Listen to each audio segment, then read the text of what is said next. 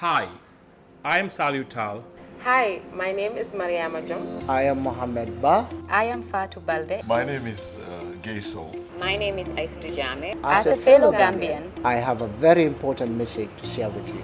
In a few weeks, Gambians will be going back to the polls. Gambia will decide again.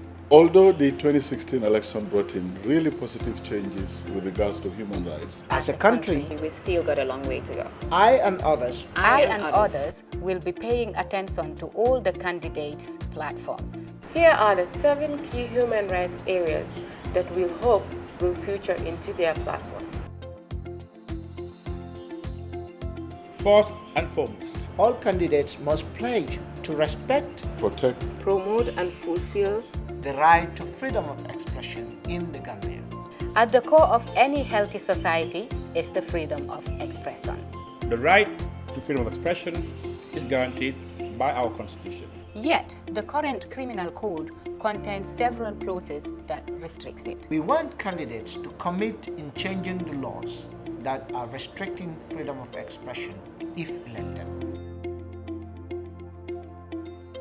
peaceful protest is the voice of the people, and it was how Gambians have shaped change leading up to the last election.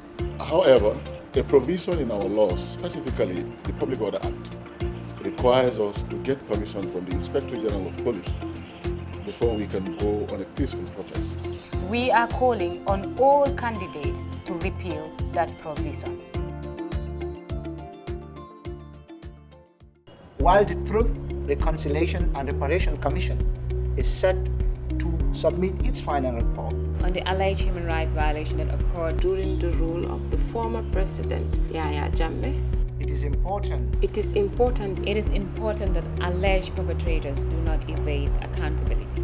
As it stands, the current constitution contains an immunity clause Which shields prosecution of people who may have been involved. in alleged human rights violation. As Gambia continues towards its path to healing and accountability, we ask all candidates to pledge to support the recommendations of the Truth, Reconciliation and Reparation Commission. As related to fighting impunity. The Gambia has banned female genital mutilation and early child marriage.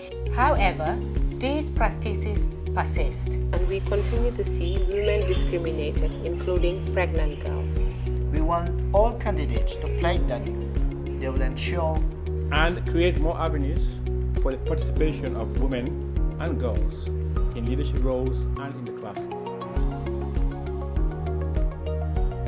the COVID-19 pandemic has a serious impact in all aspects of life in the Gambia. The cost of basic food commodities has increased. One's lack of financial resources has a direct and tangible impact On their right to education, Food, water, healthcare, and even housing. we want all candidates to pledge to develop national plans which can allow Gambians to live as fulfilled citizens. We call on all candidates to ensure that When voted into office, they will push for the enactment of a law prohibiting torture. finally, It's time it's time that Gambia truly puts an end to the death penalty. we call on all candidates to ensure that they will abolish the death penalty once in office.